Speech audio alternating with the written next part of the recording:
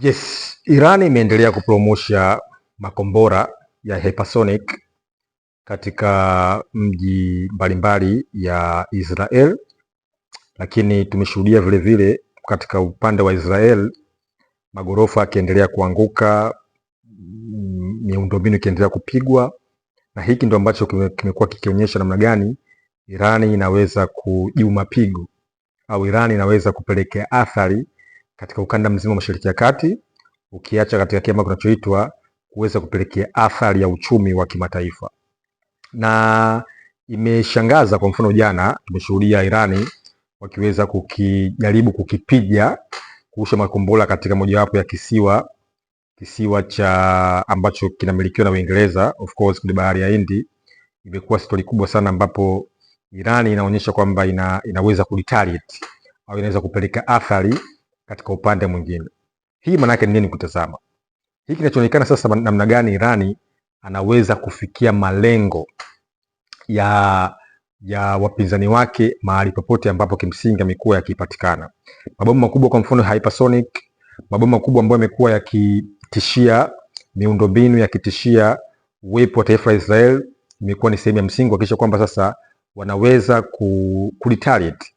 Na hii inakuja baada ya Irani kuweza kumaliza mwezi mtukufu Ramadhan, na kimsingi ni kwamba tangu mwezi wa mtukufu ulivyoanza, of course walishambuliwa, na mimi kama mfuatiliaji wa siasa kwa kweli kinanikumbusha kile ambacho kilitokea katika vita ya mwaka 1973 almaarufu kama Yom Kippur War, ambapo Waarabu waliweza kuwavizia nchi ya Israel na wakasema kwamba tumewazunguka na tumemzunguka, sasa tunataka tummwage baharini.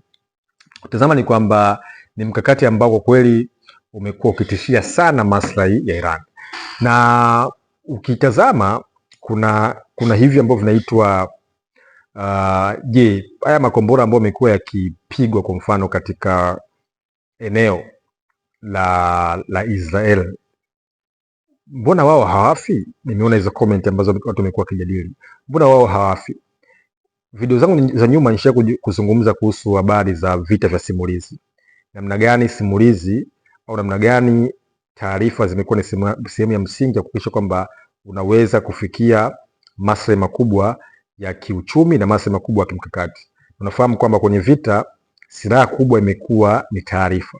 Iran imekuwa ameendelea kustabisha ulimwengu, kuendelea kupiga maeneo mbalimbali ambayo yamekuwa yakihusisha au yakihusiwa na uwepo wa Marekani na washirika wake. Lakini Trump huku kwa upande mwingine anasema kwamba anaipa Irani masaa 48 kuweza kufungua mlango bahari wa Hormuz, ambao unafahamu kwamba umekuwa ukipelekea catastrophe au janga kwenye mzozo mkubwa wa mafuta na mzozo mkubwa wa nishati. Kwa hiyo Trump ameendelea kuionya nchi ya Irani kuhakikisha kwamba wanaufungua mlango bahari, na kama wasipofanya hivyo basi Trump ataamuru majeshi yake kuweza kuyapiga maeneo ya nishati, maeneo ya umeme, hata kuweza kuharibu kabisa mpango wa nyuklia ambao unamilikiwa katika maeneo ya Fordo, Natanz na Isfahan. Na kwa upande wa Iran nao wanasema kwamba kama wakishambuliwa basi wataenda kupiga maslahi yote ya Marekani na washirika wake kwenye eneo zima la Guba.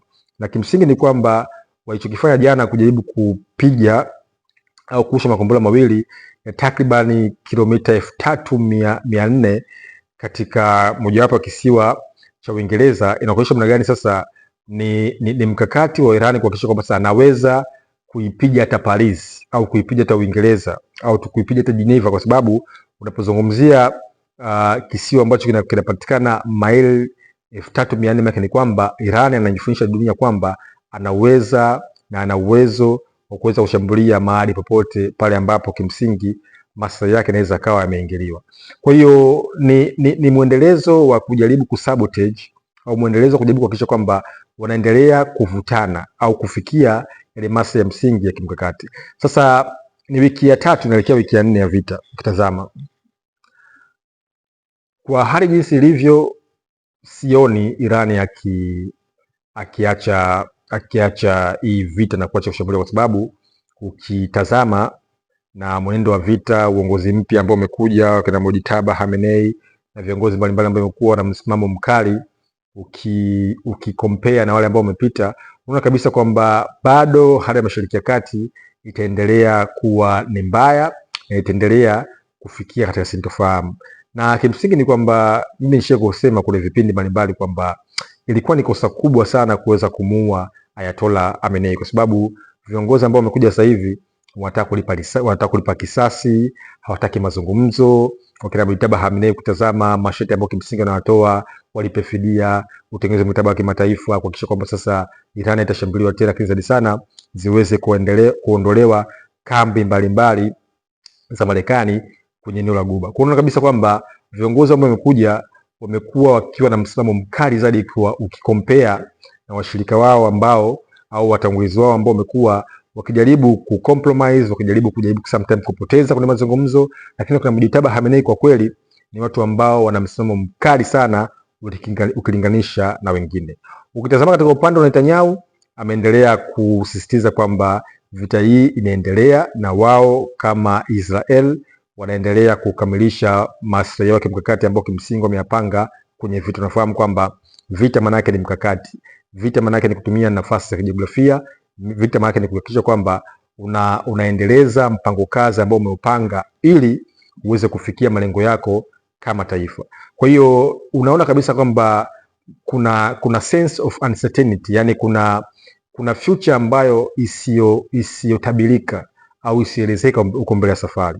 Na kwa kweli ukitazama hii vita itaenda kubadilisha sana mustakabali wa kimataifa, kama vile ambavyo sasa hivi kama unavyofahamu kwamba ili uweze kupita katika mlango bahari wa Hormuz unahitaji kuweza kulipa yuan, kuachana mfumo wa dola, kuhakikisha kwamba sarafu ya yuan inakuwa sehemu ya msingi ya kimkakati kuhakikisha kwamba unaweza kupitisha meli zako kwenye mlango bahari wa Hormuz. Unaona kabisa kwamba ni vita ambayo imeenda kugusa maslahi ya kiuchumi na mfumo mzima wa international order. Kwa hiyo ni vita ambayo ukitazama ina sense ya vita vya kiuchumi, ina sense ya global power shift, ina sense ya kuendeleza na kudondosha mfumo fulani wa kimataifa. Kwa hiyo kama vile alivyosema David Icke, vita vina tabia ya kuja kubadilisha mustakabali wa kiulimwengu. Vita yote duniani ambayo unaiona tangu vita ya kwanza dunia, vita ya pili ya dunia, uvamizi wa Roma, uvamizi wa Ugiriki, uvamizi wa Persian, Ottoman Empire, Bonaparte, Adolf Hitler, kote hatua ambazo zilizochukua zilienda kubadilisha aina fulani hivi ya ulimwengu. Kwa hiyo tunatarajia vile vile hii vita inawezekana ikapelekea mustakabali wa kitofauti wa uchumi wa kimataifa na siasa za kijiografia.